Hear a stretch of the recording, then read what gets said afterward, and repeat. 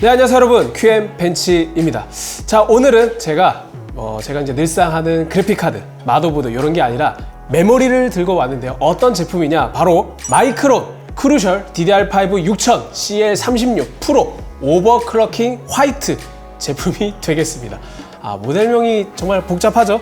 일단 6000, DDR5 6000이라는 뜻이고 CL36, 램 타이밍이 36이라는 거고, 그 다음에 오버클럭킹 화이트다. 오버클럭을 위해서 만들어졌고 이제 화이트 제품이다 이런 뜻인데, 자 일단 패키지, 패키지라고 볼만하니 참 민망해요. 그냥 종이에다가 플라스틱으로 이렇게 담겨져 있습니다. 여러분들이 이제 마이크론 메모리 하면은 사실상 시장 1위 기업 이렇게 볼 수는 없지만, 그래도 이제 많은 분들이 선택하는 기업이고, 또 이제 마이크론이 사실 메모리뿐만 아니라 SSD 여러 가지 반도체 회사로 유명한 그런 미국의 기업이잖아요. 그래서 사실 마이크론 크루셜에 대한 이 브랜드 인지도는 상당하다고 볼 수 있는데, 근데 메모리를 가지고 우리가 다룰 때는 사실상 메모리는 램 클럭, 그 다음에 타이밍, 이거 하나면 성능이 사실 끝나는 부분이긴 합니다. 그래서 오늘 이 시간에는 이 제품에 대해서 상세하게 다루기보다는 이 크루셜 DDR5 6000을 가지고 실제로 시스템에 장착도 해보고, 그냥 기본 상태로 부팅했을 때, 그리고 이제 EXPO, X4, DDR5 6000을 적용했을 때 어떠한 차이가 있는지, 그리고 이제 바이오스 세팅법은 어떻게 되는지, 그런 걸 한번 알아볼게요. 자, 일단 제품 패키지를 보면은 그냥 종이에다가 투명 플라스틱의 제품이 담겨져 있는 그런 형태입니다. 그리고 이제 오른쪽에 보시면 32기가 패키지, 32기가고 16기가 두 개로 구성되어 있습니다. 그리고 6000 MTS, 메가 트랜스퍼의 약자죠. 원래 이제 우리한테 익숙한 거는 메가헤르츠가 익숙하긴 한데, 사실상 이 메모리라는 게 DDR 메모리 같은 경우는 이제 더블 데이터 레이트라고 해서 데이터 전송률을 2배로 보여주는 그런 효과가 있기 때문에 본질적인 주파수는 사실상 이거의 절반 수준이란 말이죠.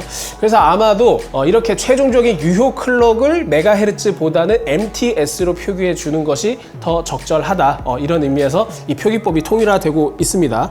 그래서 이 사실 6000 MTS라는 것도 이 DDR5 메모리의 본래 클럭은 3000MHz다 이렇게 이해하시면 되고, 그 다음에 UDIMM, UDIMM입니다. 일반적인 데스크톱 용도로 나온 거기 때문에 UDIMM 슬롯을 사용하고, 그리고 이제 우리가 워크스테이션이라는 데 서버, 그렇게 ECC 메모리라든지 그런 메모리가 필요한 환경에서는 보통 RDIMM을 사용하기도 하죠. 자, 그리고 이제 아래쪽에 보시면 인텔 XMP 3.0 그리고 AMD EXPO를 지원하고 있습니다. 여러분들 XMP, X4 다 아시죠? XMP는 이제 익스트림 메모리 프로파일의 약자고, X4는 익스텐디드 프로파일 4 오버클럭킹의 약자입니다.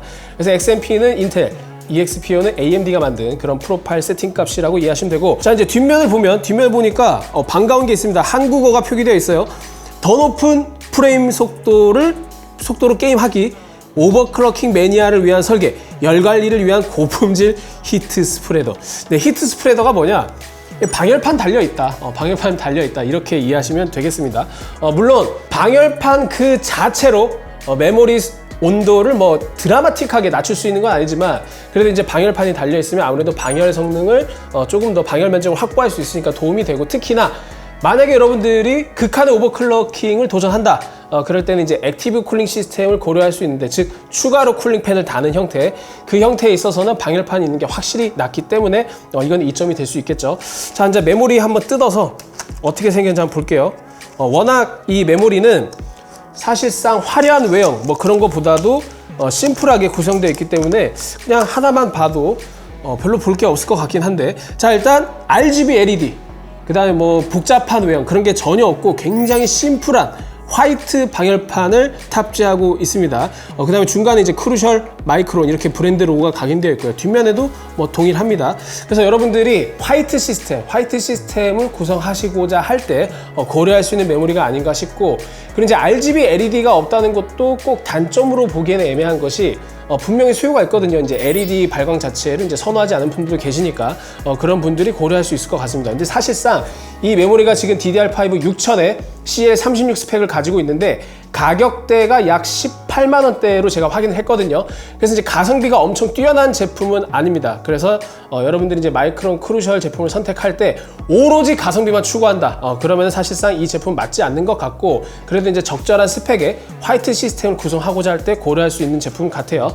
자, 그래서 이제 CL36, DDR5 6000 뭐 이러면 사실 다 나온 거거든요.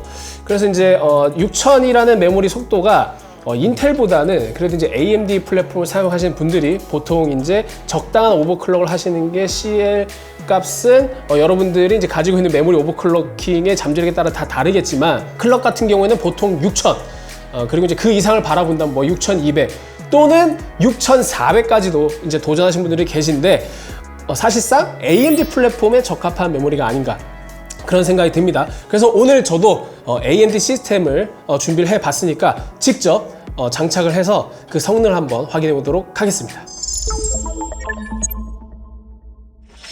네, 지금 마이크론 크루셜 DDR5 6000 CL36 메모리를 장착을 했는데 일단 시스템에 대해서 간단하게 소개를 해드려야 될 것 같아요. AMD Ryzen 7 7800X3D CPU를 장착했습니다. 사실상 이제 게이밍 성능 하면은 최고인 모델이죠. 그리고 이제 보드는 ASUS ROG Strix X670E-2 게이밍 와이파이 모델이 되겠습니다. 그래서 지금 보고 계신 화면 여러분들 너무 익숙하시죠? 네, 바이오스 화면입니다. 네, UEFI 바이오스 화면이고 사실상 여러분들이 만약에 이제 오버클럭킹을 한다든지 아니면 언더볼팅을 한다든지 혹은 뭐 XMP X4를 적용한다든지 그럴 때는 여기 AI 트위커 이 메뉴를 많이 활용하시겠죠. 근데 지금은 제가 바이오스 상에서 별도의 어떤 조작을 전혀 하지 않고 디폴트 상태입니다. 디폴트 상태. 디폴트 상태에서는 여기 보시면 AI 오버클럭 튜너가 있는데 이러한 항목들이 모두 오토로 설정되어 있어요. 그래서 여러분들이 만약에 XMP나 X4 메모리를 구입을 했다 그러면은 그 X4와 XMP에 걸맞은 클럭과 세팅 값을 적용을 해야 됩니다. 그럴 때는 AI 오버클럭 튜너를 이렇게 엔터를 쳐서 매뉴얼 X4 1, X4 2, X4 트윅 뭐 여러 가지 항목들이 나오는데 여기서 X4 1이나 2를 골라주시면 돼요. 그래서 이제 여기서 질문이 있을 수 있습니다. 그럼 X4 1, 2, 트윅 무슨 차이냐?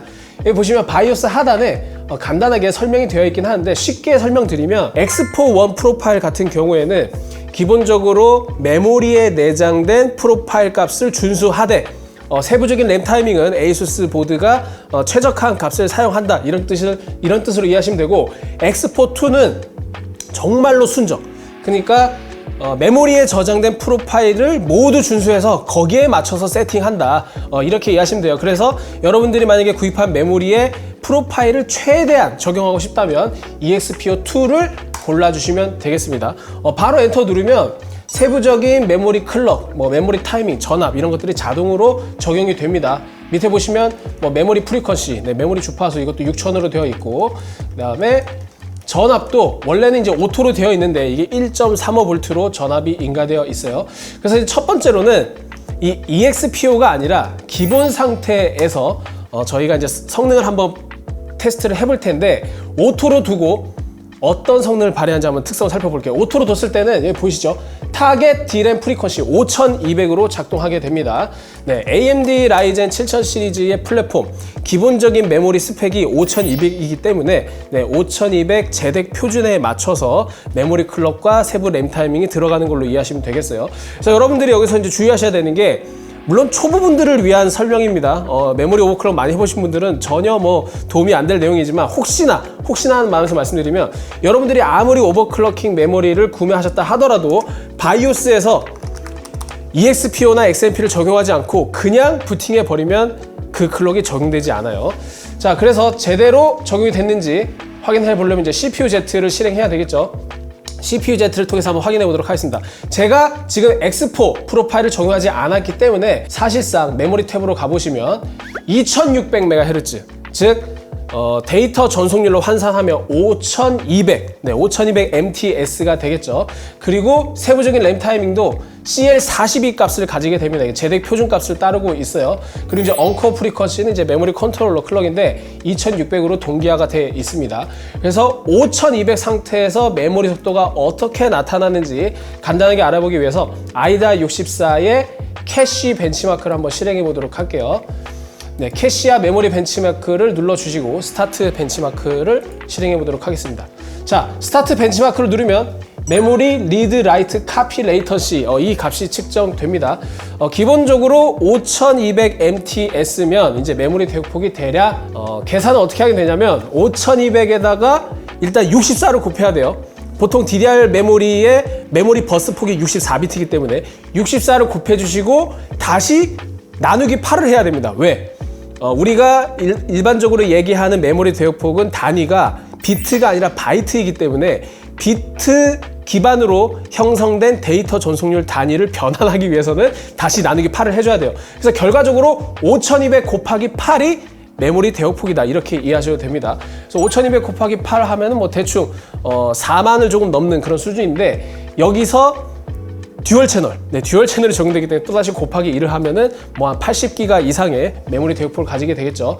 그래서 80기가 이상의 메모리 대역폭을 가지는데 실제 메모리 성능은 이론적인 메모리 대역폭보다는 다소 낮게 측정되기 때문에 리드 값이 한 56기가, 쓰기 값이 한 68기가, 복사 값이 한 55기가 정도 나오네요. 그리고 이제 메모리 레이턴시는 87 정도 나옵니다.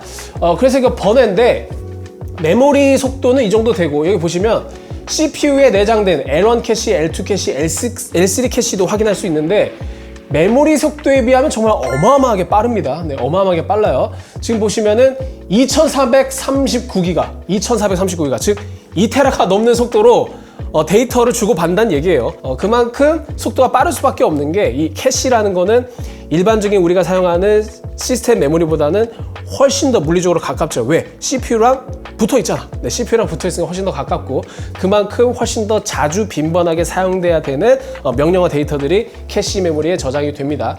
자, 그래서 5200으로 했을 때는 이 정도 속도가 나오는데 그냥 이것만 보면 재미가 없으니까 간단하게 게임도 실행해서 간략하게 프레임도 살펴보도록 하겠습니다. 제가 이제 실행할 게임은 배틀그라운드는 아니고 사이버펑크를 한번 실행해 보도록 하겠습니다. 일단 메모리 클럭에 따른 성능 차이가 가장 극명하게 나타나는 게임 중에 대표적인 게 바로 배틀그라운드거든요. 근데 여러분들이 인터넷을 통해서 웹상에서 배틀그라운드 테스트 결과는 너무 쉽게 찾아볼 수 있기 때문에 고사양 게임 사이버펑크에서는 메모리 클럭에 따른 성능 차이가 얼마나 될지 그걸 확인하는 것도 재미있을 것 같아요. 자, 사이버펑크 한번 실행해 보도록 하겠습니다. 그리고 이제 여러분들한테 조금 알려드리고 싶은 거는, 사실 이제 메모리라는 놈이, 메모리 그 자체가 뭔가 계산을 하거나 연산을 하거나 그런 건 아니에요. 그러니까 작업을 하는 건 이제 CPU의 몫이고, 그렇다면 메모리는 뭐냐? 메모리가 주기억 장치라고 하잖아요. 주기억 장치에서는 CPU가 일을 하는데 필요한 도구들, 데이터들, 그런 것들을 미리 준비해 놓는 공간입니다. 그래서 그 공간이 크면 클수록 CPU가 일을 하는데 방해를 주지 않겠죠. 다만 메모리가 부족하면 CPU가 일을 해야 되는데 도구를 제때제때 갖다 주지 못하니까 메모리 병목 현상 때문에 CPU 성능이 느려진다, 이런 개념으로 이해하시면 됩니다. 자, 그래서 여러분들이 메모리 속도를 무작정 올리는 게 좋은 것만은 아니에요. 프로그램에 따라서는 메모리 클럭과 상관없이 비슷한 성능을 내어주는 프로그램도 있고, 아무래도 그 데이터 전송이라든지 그런 데이터 교환이 빈번하게 일어나는 게임 같은 경우에는 메모리 클럭에 따른 성능 차이가 비교적 크게 나타날 수도 있다는 거 확인차 알려드립니다. 자, 지금 제가 프레임 유틸리티를 띄워야 되는데 지금 아직 안 나타나고 있네요. 자, 이거를 새로 고침을 해서 하면은 나타나야 될 텐데 나타났네요. 자, 게임을 한번 불러오도록 하겠습니다. 골육상쟁. 일단 간략하게 이제 프레임 차이만 알아보는 거기 때문에 탁 트인 공간에서 정지 상태에서 프레임이 얼마나 나오는지 확인해 보도록 하겠습니다. 지금 그래픽 카드는 RTX 4090이고요. 그리고 FHD 해상도의 레이트레이싱을 울트라 프리셋을 적용한 상태입니다. 일단 정지 상태에서 대략 132프레임, 134프레임, 아까 134프레임도 나왔죠. 130프레임대에서 135프레임 사이대를 기록을 하고 있습니다. 이게 바로 DDR5 5200MHz의 CL42 정도의 성능이다. 우리가 이렇게 하면 되겠고, 조금 대기를 하니까 140프레임까지도 간혹 올라가는데 과연 우리가 X4 프로파일 DDR5 6000에 CL36을 적용하면 과연 게임 성능이 변할 수 있을까요? 다시 한번 부팅을 해서 세팅해 보도록 할게요. 자, 다시 바이오스 화면으로 돌아왔는데요. 이번에는 AI 오버클럭 튜너에서 EXPO2 프로파일을 적용해 보도록 하겠습니다. 자, DDR5 6000에 CL36이 적용이 됐고요. 세부적인 램 타이밍은 D램 타이밍 컨트롤 여기서 확인할 수 있는데 CL36이 적용되어 있습니다. 그리고 아래쪽으로 내려가 보시면 전압도 1.35V가 적용되어 있죠. 근데 여기서 만약에 여러분들이 제가 지금 설명드리는 거는 이제 X4 프로파일이고 조금 더 극한의 오버클럭을 하고 싶다. 6200, 6400까지 가고 싶다. 그럴 때는 이제 전압을 높여줘야 되는데 전압 언락을 위한 메뉴는 에이수 보드 같은 경우는 바로 위에 하이 D램 볼테지 모드라고 있습니다. 요거를 이네이블을 선택해 주시면은 조금 더 높은 전압이 가능하고요. 하지만 여기서는 뭐 기본적인 X4 프로파일 적용할 거니까 넘어가도록 하겠습니다. 자, 저장하고 재부팅 해보도록 하겠습니다. 네, 부팅을 완료했는데요. 바로 CPU-Z 메모리 탭 이동해서 확인해 보도록 하겠습니다. 자, D램 프리퀀시 3000 DDR이니까 곱하기 2 해주면 6000MHz, 즉 6000메가 트랜스퍼 확인할 수 있었고요. 그 다음에 CL 가스는 36입니다. 그리고 이제 언코어 프리퀀시, 메모리 컨트롤러 클럭도 3000으로 1대1로 동기화가 되어 있고, 그 다음에 이제 그 인피니티 패브릭 클럭은 하드웨어 인포를 통해서 확인할 수 있는데, 오른쪽에 보시면 인피니티 패브릭 클럭은 2000 정도로 적용이 되어 있네요. 여러분들 이미 다 아시겠지만 이제 라이젠 7000 시리즈 같은 경우에는 DDR5 메모리 클럭하고 인피니티 패브릭 클럭하고 1대1로 동기는 힘들어요. 이상적이지도 않고. 그래서 뭐 2000 정도면은 국민 값이다 이렇게 이해하시면 되고, 메모리 컨트롤러 클럭은 3000으로 동기화된 것을 확인할 수 있습니다. 그래서 아까 이제 아이다 64로 메모리 벤치마크도 한번 살펴봤기 때문에 이번에 6000MHz 상태에서도 한번 벤치마크를 실행해 보도록 할게요. 성능 차이가 얼마나 날지. 그러니까 사실 5200이랑 6000은 뭐 어마어마한 차이는 아니기 때문에 뭐 성능상으로 그렇게 드라마틱할 것 같진 않지만 그래도 차이는 있을 겁니다. 지금 결과가 나왔는데 차이가 있네요. 메모리 읽기가 한 60기가 정도 나오고 쓰기는 약 81기가, 복사는 약 60기가 정도 나왔습니다. 그래서 제가 아까 그 메모리 대역폭을 구하는 공식을 알려드렸는데, DDR5 6000 같은 경우에는 아까랑 똑같은 계산식을 대입을 하게 되면 이제 곱하기 8을 해주면 48000이 되겠죠. 48000인데 여기서 듀얼 채널이니까 곱하기 2를 해주면 96000. 96000이니까 기가바이트로 환산하면 96기가. 96기가 정도의 메모리 대역폭, 이론적인 메모리 대역폭을 가지고 있고, 쓰기, 복사 그런 것들이 한 60에서 80기가 정도 나온다. 그 다음 메모리 레이턴시가 확실히 줄어들었네요. 레이턴시도 사실상 그 메모리 동작 주파수에 따라서 연동될 수밖에 없기 때문에 소폭 좋아진 모습입니다. 그래서 확실히 5200과 6000에는 의미 있는 성능 차이는 벤치마크를 통해서도 확인이 됐으니까 이제는 사이버펑크 한번 실행해서 프레임 차이가 있을지 한번 확인해 보도록 할게요. 자, 사이버펑크 실행해 보도록 하겠습니다. 네, 지금 사이버펑크 2077을 실행을 했고요. 아까랑 똑같은 세이브 파일을 로드를 해서 확인해 보도록 할게요. 자, 골육상제 로드 해가지고 아까 제가 확인한 바로는 초반에 한 133프레임 정도 나오다가 조금 시간이 지나니까 이제 140프레임까지도 간헐적으로 기록하는 성능을 확인할 수 있었습니다. 그렇다면 과연 6000은 어떤 성능을 보여줄까? 초반에 바로 138에서 146까지도 기록해 주네요. 물론 이제 이 오픈월드 상황이기 때문에 NPC가 돌아다니는 상황에 따라서 조금 더 유동적이긴 하지만 그래도 이제 DDR5 5200인 상황에서 우리가 비교를 해보자면 전반적인 프레임이 확실히 높아졌다는 걸 알 수 있습니다. 심심치 않게 지금 147프레임, 148프레임, 140프레임대 후반까지도 150프레임도 나왔네. 그래서 단순히 특정 게임에서만 효과가 있는 게 아니라 사이버펑크 2077과 같은 고사양 게임에서도 이 메모리 오버클럭으로 인한 성능 향상이 분명히 있다, 이걸 말씀드리고 싶습니다. 근데 하지만 여러분들 아셔야 되는 게 결국 메모리 오버클럭으로 인한 성능 향상은 어느 정도 GPU 병목보다는 CPU 병목 상황이 발생할 수 있는 그런 조건에서 우리가 확인할 수 있는 거지, 예를 들어서 GPU 병목 현상이 극심한 상황, 그러니까 뭐 4K 해상도에 레이트레이싱 옵션 이런 걸 다 때려 봐가지고 뭐 프레임이 50에서 60밖에 안 나오는 상황에서는 여러분들이 메모리 오버클럭을 아무리 높게 한다라도 의미 있는 성능 향상이 일어나지 않을 가능성이 높다, 이렇게 이해하시면 돼요. 아무튼 정리를 하자면 사이버펑크 2에서도 고작 5200에서 6000으로 올렸을 뿐이지만 의미 있는 성능 향상을 확인할 수 있었다. 이거는 굉장히 재밌는 포인트네요.